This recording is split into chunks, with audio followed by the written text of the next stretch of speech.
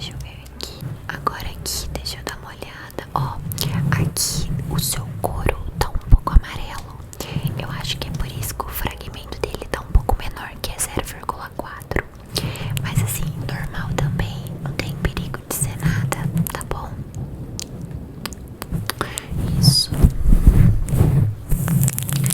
Ok, e agora eu vou ver aqui embaixo também.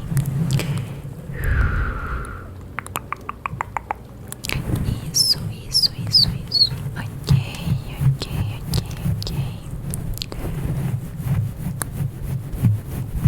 Tudo certo. Só ali mesmo que tá um pouco amarelo, tá? Muito bem, agora eu vou medir os fios do seu cabelo pra gente poder comprovar que realmente o seu couro tá em ótimo estado, tá? Você tem sentido muitos arrepios no couro? É?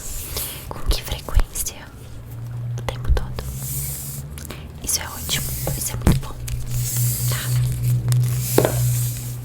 Isso é bom porque quando você sente arrepio no couro, significa que ele está em ótima condição, tá? Até mesmo pra você poder relaxar. É. Vamos lá. Eu vou pegar aqui, sabe? E a gente vai medir ele aqui, ó. 5 centímetros, ok?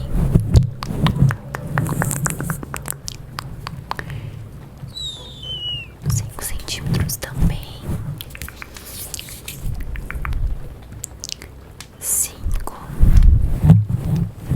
O que acontece do cabelo crescer mais algumas partes? O ideal e o correto é que ele cresça sempre com os mesmos tamanhos.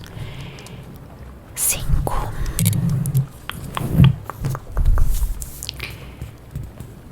5 centímetros.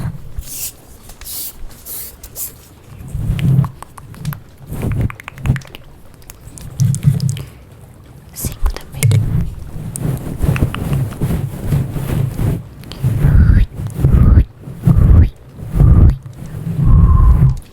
Ok, deixa eu ver aqui. 5 também.